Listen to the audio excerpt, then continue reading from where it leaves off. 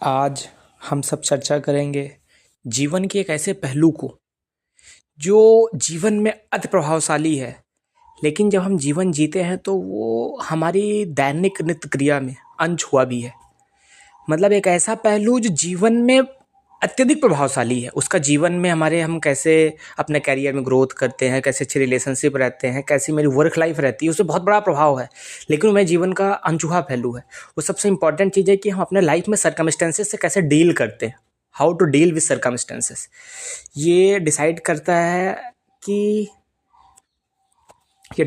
है कि हम कैसे परिस्थितियों से डील करके आगे निकलते हैं, और जैसे ही हम ओवरकम करते हैं हम अपने आप को भी अपडेट करते हैं। जिसके जीवन में बहुत भिन्न परिस्थितियां हों, बहुत कठिन परिस्थितियां हों, फिर भी जीवन में बदलाव कैसे लाया जाए, जीवन में क्रांति कैसे लाई जाए।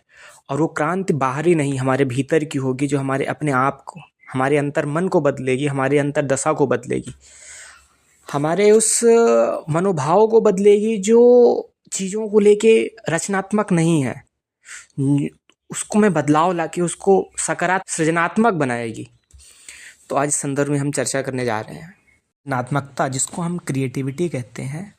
ये मानव सभ्यता की, मानव जाति का सबसे अनोखा, सबसे अद्वितीय पहलू है, जिसका उपयोग करके ही बहुत बड़े बड़े लोग, बड़े इन द सेंस जीवन में एक ऐसा सार्थक काम किए, कैसे मुहिम पे पहुँचे, कैसे मुकाम पे पहुँचे, जो इस दुनिया में आने का कहीं ना कहीं एक सार्थकता का बोध होता है।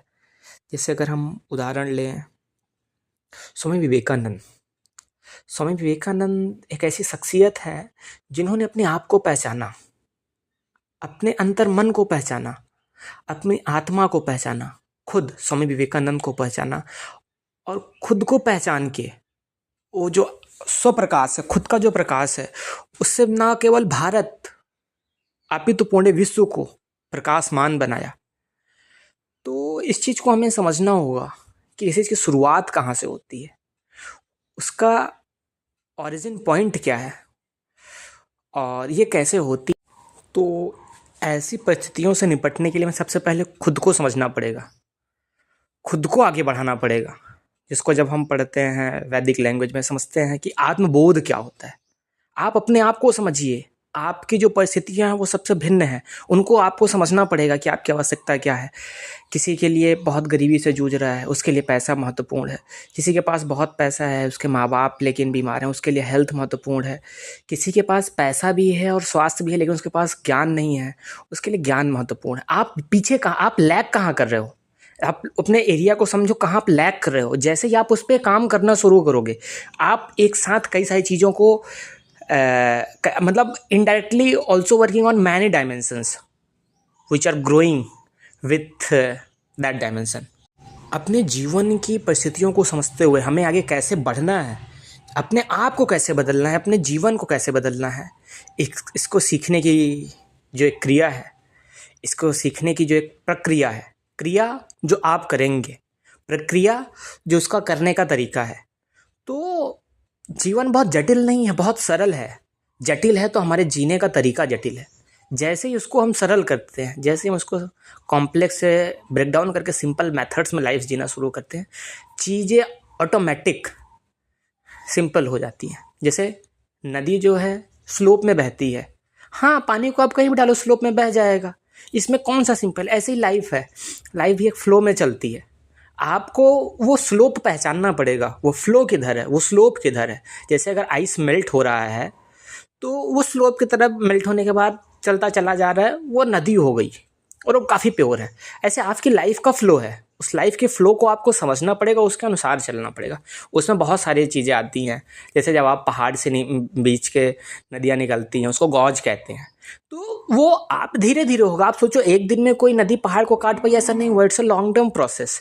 तो जो नेचुरल प्रोसेस होती है थोड़ा समय लगता है, लेकिन मतलब जीवन में आनंद भी उसी में आता है। जैसे जब हम बात करते हैं हमेशा मेडिसिनल सिस्टम की, इंडिया में दो मेडिसिनल ज़्यादा इंपॉर्टेंट जो, बाकी तो आयुष के अंतर्गत सभी आते हैं, लेकिन एलोपैथ और आयुर्वेद।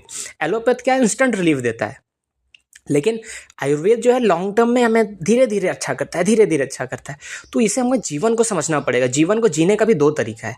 एक जो हमारा एंशियंट इंडियन तरीका है, हमारा भारतीय प्राचीन भारतीय तरीका है, वो कहीं ना कहीं जीवन के सच्चे आनंद से परिचय कराता है। लेकिन जो भी आधुनिक तरीका है, जिसको हम लोग वेस्टर्नाइजेशन कहते हैं, ये हमें जीवन से मतलब इंस्टेंट कुछ चीज़ें सोल्यूशन देता है, चाहे वो बिजनेस पर्सपेक्टिव से हो, चाहे स्टूडेंट लर्निंग पर्सपेक्टिव से हो, चाहे रिलेशनशिप बिल्डिंग पर्सपेक्टिव से हो, चाहे स्पिरिचुअल ग्रोथ डायमेंशन से हो, चाहे वो जीवन अच्छा जीवन कैसे जिया जाए इसके डायमेंशन से हो, एक अगर कोई बेटा है, एक अच्छा बेटा कैसा बना जाए इसके डायमेंशन से हो, एक अच्छा पिता कैसा बना जाए इसके डायमेंशन से हो, एक अच्छा सोशल वॉलंटियर कैसे बना जाए इसका डायमेंशन से हो, ये आपकी पर्सपेक्टिव डिसाइड करेंगे आप बनना क्या चाह रहे हो।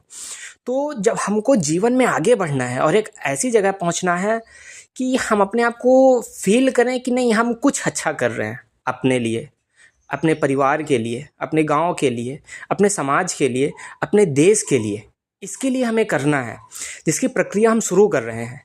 इस प्रक्रिया में हम निरंतर आगे बढ़ते रहेंगे और इस प्रक्रिया में हम वहाँ पहुँचने की कोशिश करेंगे जो कहीं ना कहीं एक अल्टीमेट एम होता है। अल्टीमेट लक्ष्य क्या है जीवन का? एक सार्थक जीवन जीना, एक जीवन का उद्देश्य हो, एक जीवन का महत्व हो, एक जीवन हो जो अपने आप में जीवंत हो। ये समझने का हम प्रयास करेंगे, जिसमें अगले कड़ी में हम पुनः आपसे बात करेंगे इस संदर्भ में।